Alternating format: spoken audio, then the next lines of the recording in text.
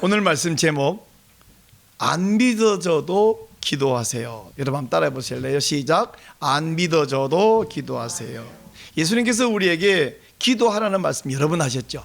또 친히 기도의 모범도 보여주셨고 기도를 가르쳐 주기도 했어요. 그래서 우리는 누구나 기도를 해야 되고 더 자주 해야 되고 더 집중해서 해야 된다는 사실을 모르는 사람이 아무도 없습니다. 혼자서도 기도해야 되고 기도회로 모여서도 기도해야 된다는 사실을 다 알고 있습니다.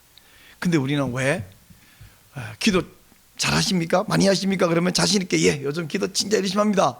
그렇게 말하는 사람이 많지 않아요. 왜 기도를 안 하냐? 기도를 못 하냐?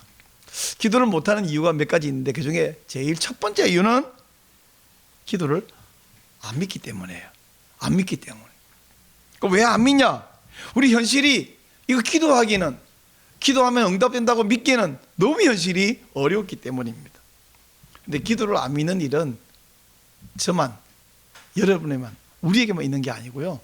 초대교회, 그때는 성령이 충만했고 기적이 다반사로 일어났고 한 그 시대에도 기도를 안 믿는 일이 있더라고요.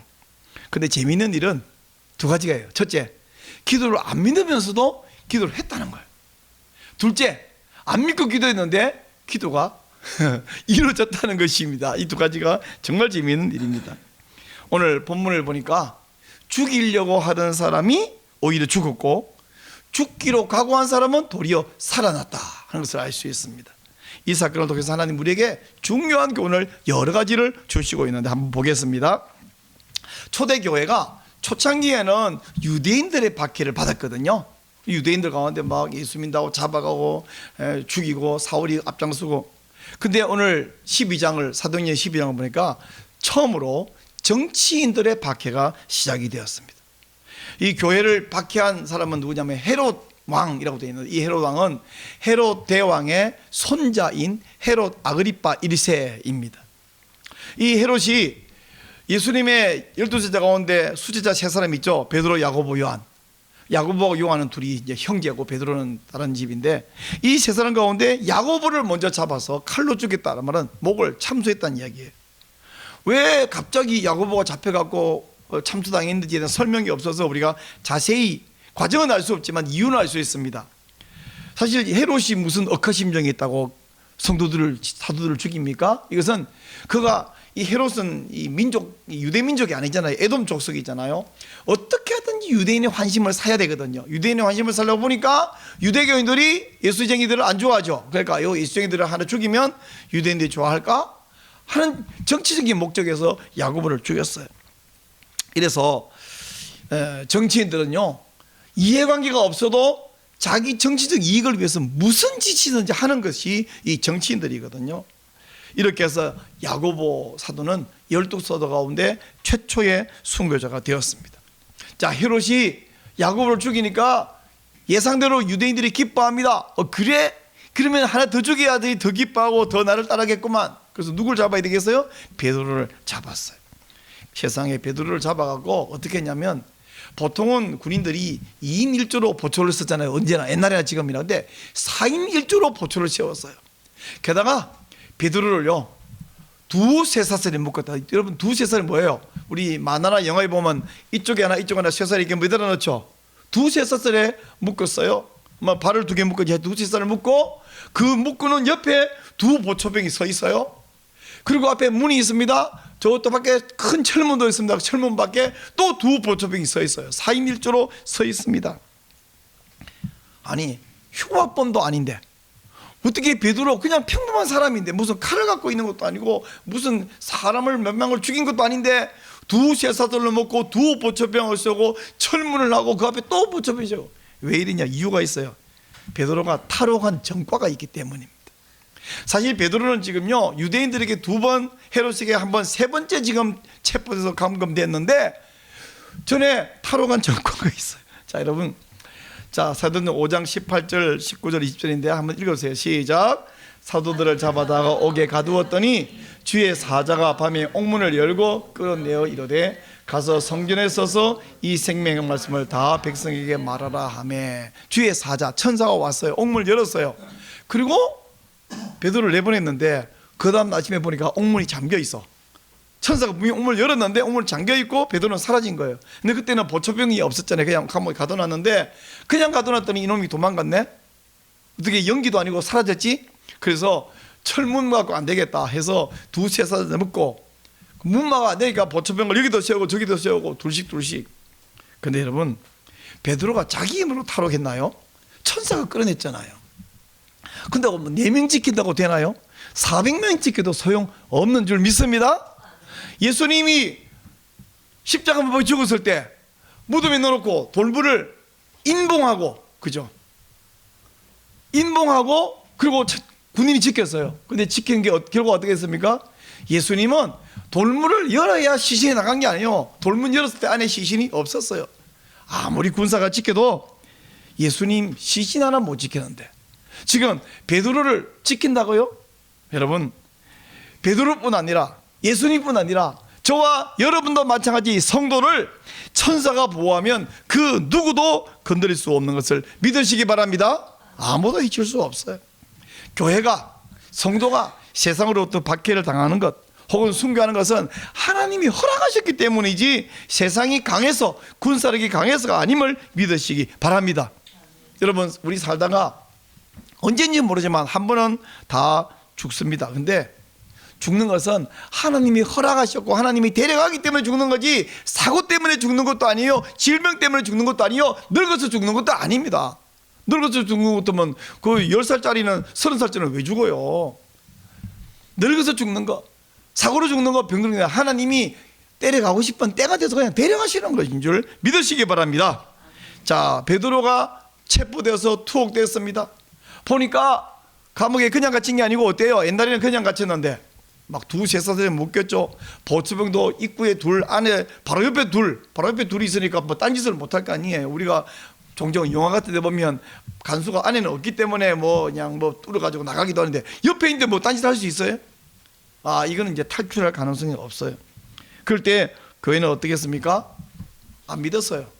근데 간절히 기도했습니다. 베드로 자신도 이건 뭐 구출될 가능성이 없다, 안 믿었어요. 그래서 근데 천사가 왔습니다. 베드로가요 얼마나 모든 걸 포기하고 잠이 들었던지 오늘 7절 말씀에 보니까 천사가 옆구리를 쳐서 깨웠대요. 여러분, 옆구리 쳤다는 것이 야 툭툭 치면서 야 일어나봐 이게 아니에요. 여기 쳤다라는 말이 헬라 원문이가 파타소라는 말이 이게 어떤 의미냐면 때려 눕힐 만큼 친다는 뜻이에요. 여러분, 우리가 친다는 말이 여러 가지 의미가 있는데 이 타파소라는 말은 그냥 때려 눕힐 만큼 쳤다는 거예요. 그냥 쾅 두들겨, 얼마나 그냥 이렇게 건드리면 이러면 일어나야 될 건데 안 일어나니까 옆구리를 딴 데도 아니고 그냥 이마를 툭툭 친 것도 아니고 손을 만진 것도 아니고 옆구리를 때려 눕힐 만큼 쳐.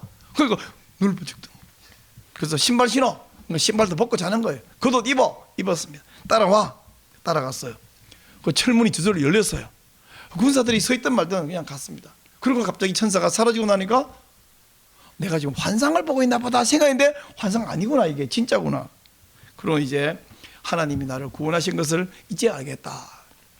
자, 정신이 든 베드로가 교회로 갔습니다. 그 당시 교회는 교회당이 떨어진 게 아니라 그 마가요한의 어머니 마리아, 그 예수님이 거기서 최후의 만찬도 했고 또 오순절에 거기서 120명이 성령도 받은 그 집입니다.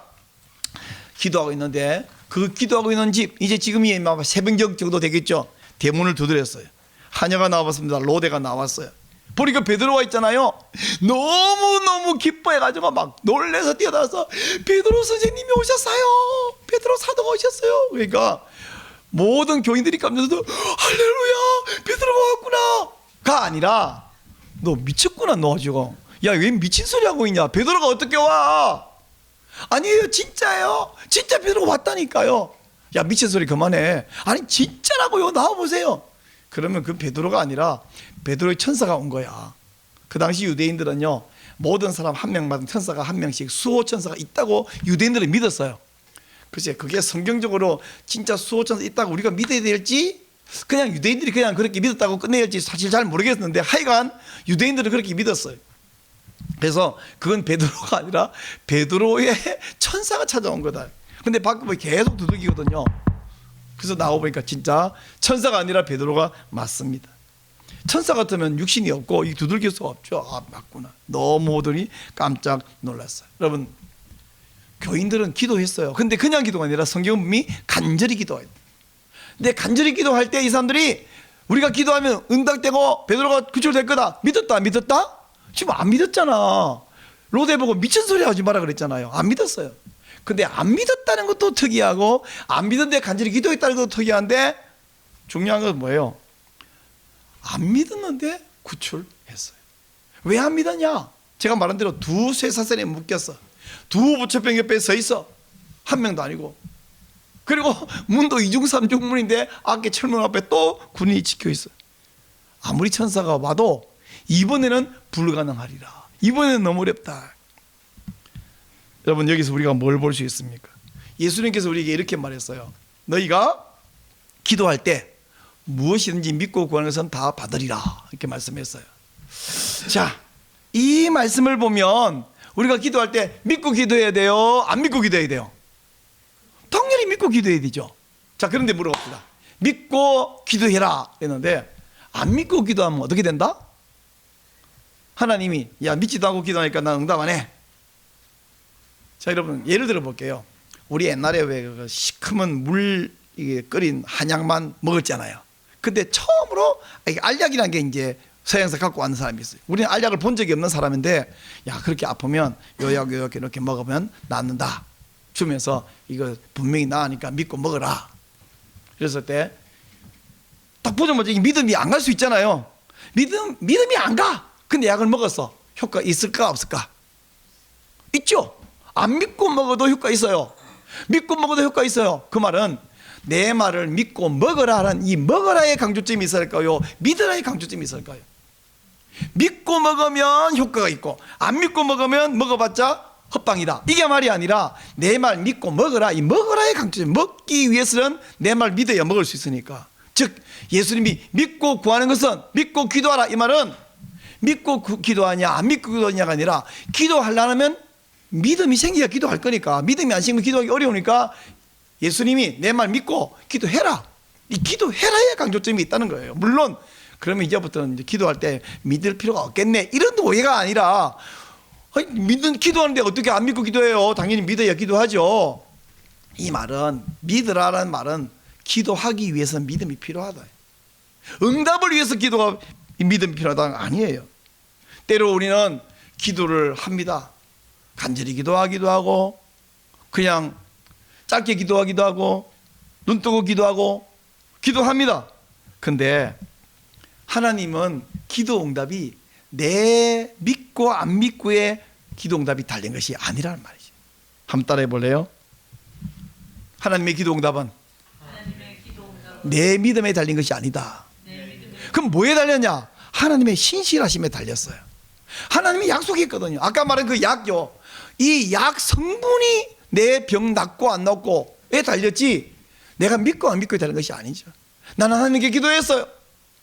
하나님이 다 보니까 네 믿음이 한 50%밖에 안 되네. 나 50% 응답할래. 네 믿음이 99%네? 좀 이번에 응답할래. 우리 하나님은 하나님의 신실하심, 하나님의 약속, 하나님의 사랑에 근거해서 우리에게 응답하지 네 믿음의 질이 보니까 질이 좀 이번에 약하네. 조금 응답하고 그런 하나님이 아니라는 거예요. 그러므로 우리는 상황이 너무 어려워. 기도해서 해결될 것 같은 믿음이 잘 안 생겨. 그러든지 말든지 기도는 무조건 하라. 안 믿어져도 기도하시기 바랍니다. 아멘. 자, 우리 오늘 기도 설교 제목이에요. 서로 옆에 분에게 말해요. 안 믿어져도 기도하세요. 시작. 안 믿어져도 기도하세요. 네, 안 믿어져도 기도하세요. 자, 다음 날 아침에 군인이 보니까 이놈들이 군인들은 뭐 자고 있었는지 뭐 가만히 있었는지 모르겠지. 자기들도 잤겠죠. 베드로 옆에서 깨보니까 베드로 없어요. 쇠사슬만 있어요. 철문이 열렸겠어요? 천사가 나가면 다시 닫혔을 거예요. 그래서 18절 말씀 보니까 적지 않게 소동이 일어났다. 적지 않게라는 이 말이 제가 헬라어로 좀 설명해 드릴게요. 여기 적지 않게 할 때 적다라는 말이 올리고스이고요. 적지 않게는 우크 올리고스. 여기 올리고스라는 이 단어가 재밌는 게 여러분 집에서 요리할 때 올리고당이라는 것을 먹죠. 그 올리고당 할 때 그 올리고가 이 올리고스 같은 단어 여기서 나온 말이에요. 이게 올리고라는 적다라는 적다. 당분이 적다. 이 올리고스 적지 않게 우크 올리고스. 근데 이 말이 여기 12장 18절에도 나오지만 사도행전 한 번 더 나오는데 19장 23절에 이 말이 한 번 더 나와요. 그때는요 에베소에서 바울이 복음을 전했더니 에베소에 적지 않은 소동이 일어났어요. 그러니까 적지 않은 소동이란 말은 뭐예요? 우리 말하지 않을 수 없다 이 말은 반드시 말해야 된단 말이에요. 적지 않다는 말은 아주 난리가 났다, 발칵 뒤집어졌다 이런 의미예요. 복음에는 능력이 있어서 복음이 가는 곳마다 이렇게 발칵 뒤집히는 소동이 일어납니다. 자, 적지 않게 소동이 일어났어요. 군인들을 신문합니다. 너 어떻게 해서? 빼돌렸어? 아니요, 안 빼던데. 그럼 너 베드로가 나갈 때 이 쇠사슬이 풀리고 철문이 열리고 그건 몰랐단 말이야. 말이 안 되잖아요. 몰랐죠. 너무나 감쪽같이 나갔습니다. 그래서 화가 난 헤롯 왕이 이놈들을 다 죽여라.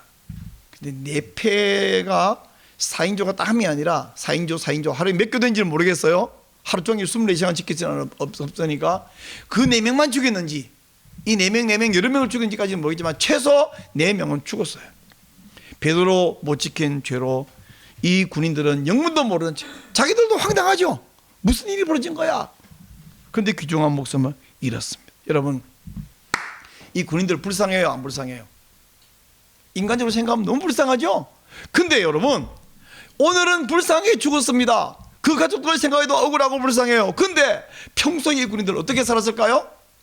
권세자 옆에 붙어 있었습니다.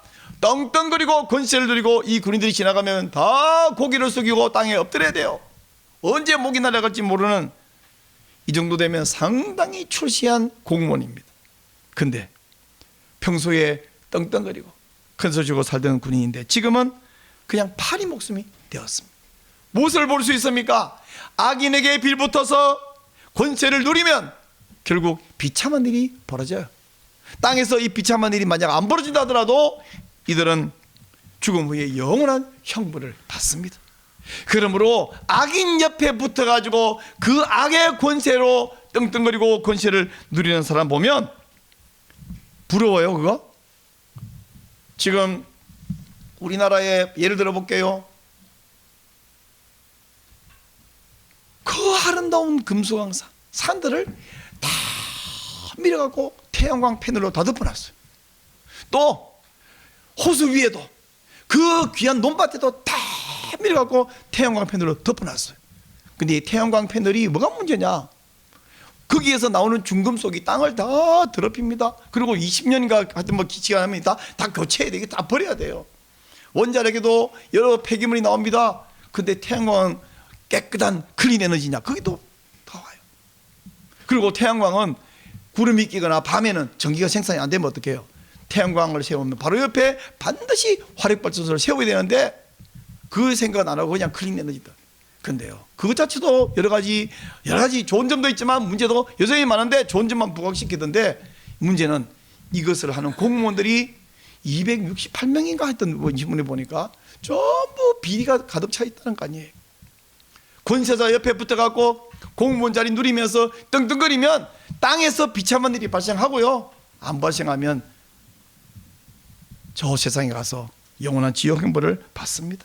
그 외에도 그냥 한 가지 최근에 나온 뉴스에 예를 드는 것 뿐이고, 그 외에 악한 권세에 빌붙어서 떵떵거리는 것을 보면서 부러워하지 마시고 차라리 불쌍히 여기시기를 바라고요, 오히려 예수님과 함께 고난당하는 것을 기뻐하시기를 축원합니다. 헤롯이 이 어찌 보면 불쌍한 죄 없는 보초병들을 다 죽여놓고는 자기는 예루살렘에서 헤롯궁이 있는 가이사랴로 갔습니다. 또 거기 가서는 저 북쪽에 있는 두로 지방과 시돈 지방 사람들에게 분노를 폭발했습니다. 그러니까 이제 약자들은 굽신거리잖아요. 그 사람들은 먹고 살아야 되니까요. 그러니까 막 사절단을 보내갖고 화친을 청했는데 이제 마음을 조금 풀었나 봐요. 그래서 어느 날 백성들을 다 불러 모아놓고 가이사랴에 가면, 제가 지금 가봤는데 그 여러분 벤허에 나오는 그 마차 경기장 있죠, 영화. 그게 진짜 거기 있거든요. 지금 물론 막 여러 가지 허물어져 있지만 경기장에 백성들 다 불러 모아놓고 헤롯이 앞에 섰습니다. 근데 왕복을 입었다 했는데 사실은요, 이 역사가의 설명을 보니까 그냥 왕복이 아니라 은으로 순은으로 짠 옷을 입었대요. 한번 상상해 보실래요? 순은. 오늘 제가 흰 옷 이렇게 입었는데 성부사보다 왜 또 오늘 색깔을 또 저런 거 입었나 눈이 띄잖아요. 근데 흰 옷이 아니라 순은으로 짠 옷을 입었다고 한번 상상해 보실래요? 그걸 입고 딱 서니까 아침 햇살이 비쳐서 찬란하게 빛이 나는 때에 헤롯이 엄숙한 목소리로 연설을 시작합니다. 아마 목소리가 좀 좋았던 모양이죠. 하여간 아부하는 사람들이 이건 신의 목소리다 여기 부르짖었다고 돼 있어요. 와, 이건 사람의 목소리가 아니라 신의 목소리입니다. 헤롯이 기분이 좀 좋아지고 그럼 영광을 하나님께 돌리지 않았습니다. 바로 천사가 치니까 헤롯이 쓰러졌고요, 벌레에 먹혀서 죽게 되었어요. 이 벌레에 먹혀 죽었다는 말이 정확하게 어떤 의미인지 설명이 없기 때문에 그냥 여러분이 상상을 해보시기 바랍니다. 하여튼 비참하게 죽었어요. 뭐 그 환부에 뭐 벌레들이 덕실했는지 우리가 잘 모르겠어요. 비참하게 죽었어요. 자, 여러분, 이렇게 해서 헤롯을 죽이려고 하던 헤롯이 베드로를 죽이려고 하던 헤롯이 죽었어요. 헤롯 옆에 역시 베드로를 헤롯의 이름으로 죽이려고 지키고 있던 군인들도 죽었습니다. 죽이려고 하던 사람과 그 사람들이 죽었어요. 하지만 죽으려고 살기를 포기하고 이제 죽으려고 마음을 다 풀고 있던 베드로는 여전히 살아서 로마까지 가서 복음을 전했습니다. 사랑하는 여러분, 사람이 살고 죽는 것은 철저히 하나님께 달렸음을 굳게 믿으시기 바랍니다. 죽이려고 한다고 권세 있다고 죽이는 게 아니에요. 지가 죽어요. 지가 죽어. 그 권세자 옆에 붙어가지고 칼 들고 창 들고 있다고 죽일 수 있는 게 아니에요. 지가 죽어요. 그 칼에. 그런데 한 가지 궁금한 게 있어요. 베드로, 야고보, 요한 세 명의 수자 가운데 베드로는 이렇게 기적적으로 구출당한 놀라운 일이 있는데 야고보는 어떻게 됐어요? 기도할 겨를도 없이 벌써 참수당해 버렸는데, 그러면 아니 야고보는 살 가치가 없나요? 야고보는 기도할 만한 가치도 없나요? 그냥 야고보는 그냥 간단히 죽어도 괜찮은 존재인가요? 아니죠. 야고보도 귀한 사람이잖아요. 근데 왜 하나님이 베드로는 천사를 통해서 두 번이나 구출해 주면서 야고보는 단방에 죽도록 하셨을까? 정답이 뭐예요? 우리는 모르겠어요. 다만 정답은 이겁니다. 다 하나님 마음이다. 그럼 하나님 뭐 자기 마음대로 하고 이상하시나? 아니, 제가 예를 한번 들어볼게요. 제가 5평짜리 조그마한 텃밭을 하는데 아이고, 이 상추를 심었더니 얼마나 잘 자라 있는지, 그래서 이제 가서 한 포기씩 베와요. 한 포기씩 베서 맛있게 먹는데 상추가 집에 떨어지면 또 저 가서 한 포기, 한 두 포기 베옵니다. 자, 제가 상추밭에 가고 어떤 상추를 베올까요? 큰 거 베올까요? 멋진 거 베올까요? 삐뚤어진 거 베올까요? 예쁜 거 베올까요? 그건요, 순전히 내 마음이에요. 그냥 보고 이거 베고 싶다 그럼 베는 거. 왜 베는지 이유는 뭐 어떤 날은 너무 빽빽하니까 요거 베야 되겠다 싶고, 어떤 날은 오늘 큰 거 필요한데 그럼 큰 거 베고, 어떤 날은 큰 거는 아까우니까 멋진 거 뺄까? 멋진 거 베고. 몰라요. 이게 크다고 베는 것도 아니고 작다고 베는 것도 아니고 왜 베는지, 어떤 날은 고랑이 있는 거 베고 어떤 거는 위에 있는 거 베고, 그냥 그날 그 순간 내 마음인데, 내가 상추를 큰 거 베거나 작은 거 베는데 내가 뭐 잘못이 있습니까? 없어요. 그냥 내 마음이에요. 하나님도 마찬가지입니다. 어떤 제자는, 어떤 성도는 이 땅에서 100년 넘게 살면서 복음을 전해라. 여러분, 옛날에 영락교회 담임하셨던 박조준 목사님, 이야, 그분 까랑까랑할 때에 제가 대학생 때, 신학생 때 그 교회 가서 설교 들었어요. 근데 90이 훨씬 넘으신 이 어르신을 몇 달 전에 만났거든요. 키도 크시고 잘생긴 분이 꼿꼿해요. 음성이 까랑까랑해요. 정신이 말짱해요. 이 말씀이 그냥 노인이니까 들어주자 이게 아니라, 지금 제가 들어도 배울 게 있고 생생해. 대단하죠. 그리고는 유튜브를 찍어갖고 지금도 설교자들을 위해서 또 성도에서 계속 내보내고 있는데, 내용 들어보면 아이고, 할아버지가 그냥 뭐 그냥 이 말 저 말 중얼중얼 하는 게 아니라 진짜 배울 게 있어요. 90이 넘은 이분이 생생한데, 그런데 제 친구 하 목사는 37살에 암에 걸려 죽었어요. 원래 워낙 약했던 친구인지 아닙니다. 축구를 잘하고 완전히 무시다리라고 우리가 말할 만큼 튼튼하고 그랬던 친구가 왜 37살에 죽어버려요? 왜 그러냐? 왜 하나님이 하 목사는 37살에 데려가 버렸나? 모릅니다. 우리는 모릅니다. 우리가 다 모르겠지만 알 수 있는 거 한 가지입니다. 성도는 하나님이 허락하지 않으면 절대로 죽지 않는다. 누가 더 오래 살고 누구는 30대 데려갈지 순전히 하나님이 정하신다. 그리고 마지막에 알 수 있는 것은 하나님이 하시는 모든 결정은 다 선하시다. 자, 여러분 마음대로 정하라고 한다면 여러분 어느 쪽을 정하고 싶어요? 그냥 빨리 천국 가서 너무너무 좋은 천국을 거기서 남보다 빨리 누리는 거 하고 이 땅에 좀 힘들고 고생스럽고 하지만 땀 뻘뻘 흘리면서 더 오래 살아갖고 남 하나님을 위해서 한 가지 더 일하는 거하고 어느 걸 원하셔요? 대답은 하지 마세요. 사도 바울은 빨리 가는 걸 원했어요. 근데 사도 바울은 나는 빨리 가는 걸 원하지만 여러분을 위해서 유익하다면 내가 좀 고생스럽지만 이 땅에 살아남아 있는 것도 좋겠다. 바울은 그렇게 말했습니다. 여러분 뭘 원하는지 여러분 각자 알아서 원하시지만 내가 뭘 원하든지 하나님이 나를 빨리 데려갈 수도 있고 더 오래 둘 수도 있고 그건 순전히 하나님이 하신, 그리고 하나님의 결정은 무조건 선하십니다. 자, 오늘 이 말씀을 통해서 하나님 우리에게 강력하게 말씀해 주는 생명 같은 교훈을 여러분 기억하시기를 바랍니다. 오늘 주신 교훈이 정리하면 5가지예요. 자, 첫째, 하나님의 천사가 보호하면 그 누구도 건드릴 수 없고 해칠 수 없다는 사실입니다. 하나님의 교회를 박해하고 성도를 죽이려고 하는 자는 도리어 그들이 죽습니다. 그가 죽습니다. 그러므로 세상 위협을 두려워하지 말고 오직 하나님을 의지하시기를 바랍니다. 두 번째 교훈은 하나님의 응답은 뭐에 달렸다? 내 기도의 믿음에, 간절함에, 기도의 길이에? 아니요, 하나님의 신실하심에 달렸어요. 그러므로 내가 믿어져도 기도해야죠. 안 믿어져도 기도해라. 한 번 더 따라하세요. 안 믿어져도 기도하세요. 한 번 더 따라하세요. 안 믿어져도 기도하겠습니다. 여러분 안 믿어져도 기도하면 돼요. 하나님은 기도하라 그랬어요. 세 번째 교훈은 악인에게 빌부터 살면 비참한 일이 생긴다. 그러므로 악인에게 빌붙어서 악한 권세를 누리면서 떵떵거리는 그걸 부러워하지 말고 예수님과 함께 고난당하는 것을 기뻐하시기를 바랍니다. 네 번째 교훈은 사람이 살고 죽는 것은 철저히 하나님께 달렸다는 사실이에요.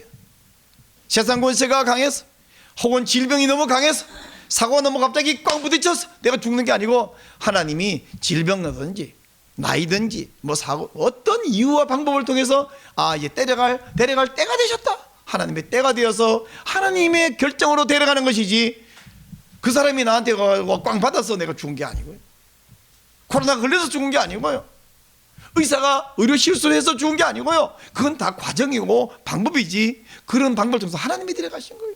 아이고 그 아까운 사람을 그 못된 의사가 실수 죽었다. 그 과정에서는 맞는 말이지만 위에 있는 손을 보세요. 하나님이 데려가신 거예요. 질병이나 실수나 사고 어떤 못된 사람 나를 죽이는 것이 아닙니다. 마지막은 누가 살고 누가 죽을지 하나님이 결정하십니다. 그리고 하나님의 결정은 다 선하심을 믿으시기 바랍니다. 야고보는 단방에 죽어버렸어요.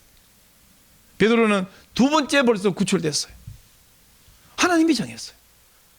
베드로의 하나님은 훌륭하고 야고보의 하나님은 모두 훌륭하고 그렇지 않습니다. 같은 하나님이시에요. 여러분 우리 하나님의 선하심을 믿으시기 바랍니다. 이 5가지 교훈 가운데 다 기억하기 어려움 한 가지, 우리가 상황적으로 어려워서 하나님께 부탁하고 기도해야 되는데 기도하기가 어려울 때가 분명히 있어요. 믿음이 안 생길 때가 있어요. 안 믿어져도 초대교회는 기도했어요. 간절히. 근데 안 믿고 기도하는데 하나님은 또 기적을 베풀어 두 쇠사슬, 두 간수, 또 두 간수, 철문 다 무시하고 하나님은 그를 구출했습니다. 안 믿어져도 언제나 기도하는 여러분 되시기를 축원합니다.